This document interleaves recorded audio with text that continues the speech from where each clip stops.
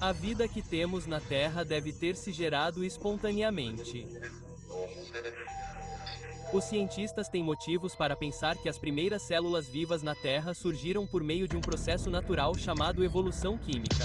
Primeira célula viva. Evolução química. Evolução. A vida realmente se gerou espontaneamente a partir de produtos químicos? A ciência já demonstrou isso?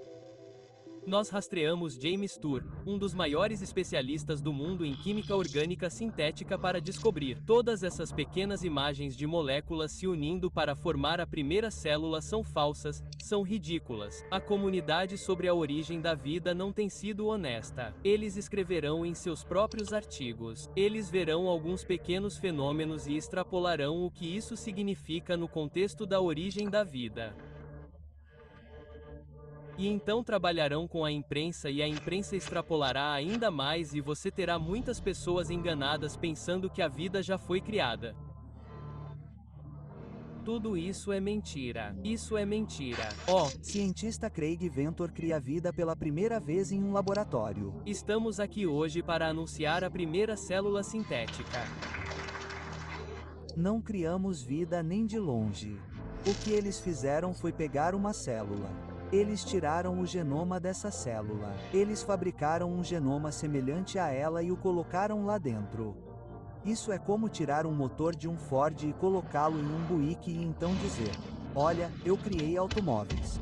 Não, você pegou apenas uma peça e nem é o motor. É apenas a caixa de controle do computador que você tirou de um carro e colocou em outro. Era assim que era. Mas o design da caixa de controle do computador foi obtido de outras células. Outros cientistas dizem que conseguiram criar protocélulas em laboratório que são os trampolins para a primeira vida. Posso misturar alguns produtos químicos em um tubo de ensaio no meu laboratório. E esses produtos químicos começarão a se autoassociar para formar estruturas cada vez maiores. A protocélula se move como um metabolismo. Ela pode usar energia e se movimentar. As protocélulas são um monte de bobagens. Isso é como um protopero.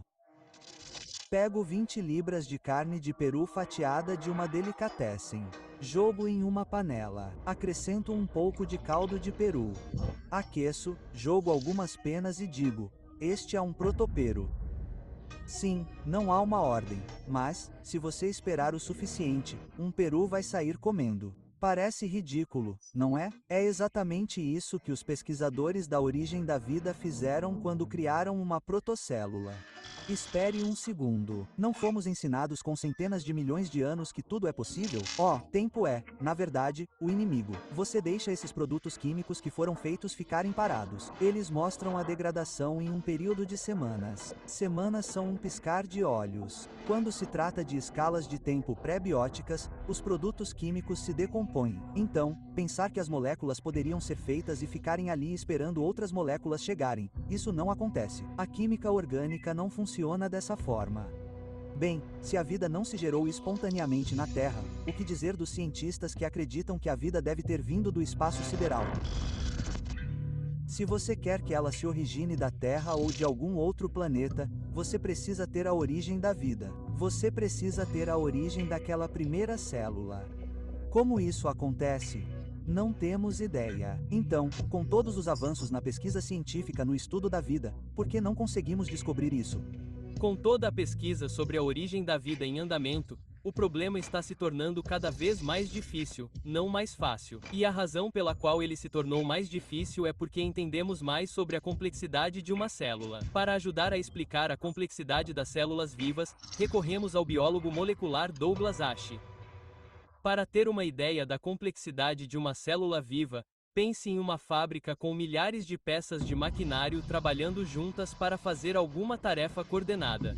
Uma célula é, na verdade, muito mais complicada do que essa fábrica porque as fábricas não se mantêm sozinhas. As pessoas precisam fazer a manutenção das fábricas e as fábricas certamente não fazem novas fábricas. Já em uma célula viva, todas as peças que se desgastam são automaticamente remanufaturadas dentro da célula. Além disso, a célula também estava fabricando uma nova célula. Fábricas feitas pelo homem nem chegam perto. Para uma célula viva existir e executar tarefas tão complexas, são necessárias algumas instruções muito detalhadas que são codificadas quimicamente em nosso DNA.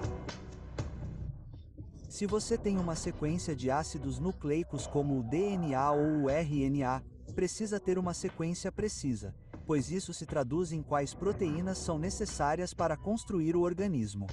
Isso é chamado de código de informação. Mas de onde vieram todas essas informações, essas instruções detalhadas para construir a primeira célula? Não temos uma ferramenta para avaliar isso na química. A química de laboratório pode não ter, mas Steven Meyer está convencido de que a ciência da origem tem as ferramentas. Existe algo que conhecemos que tenha o poder causal, a capacidade de gerar novas informações e, portanto, poderia explicar a origem da primeira célula? E eu acho que sim. E essa é a ideia do design inteligente.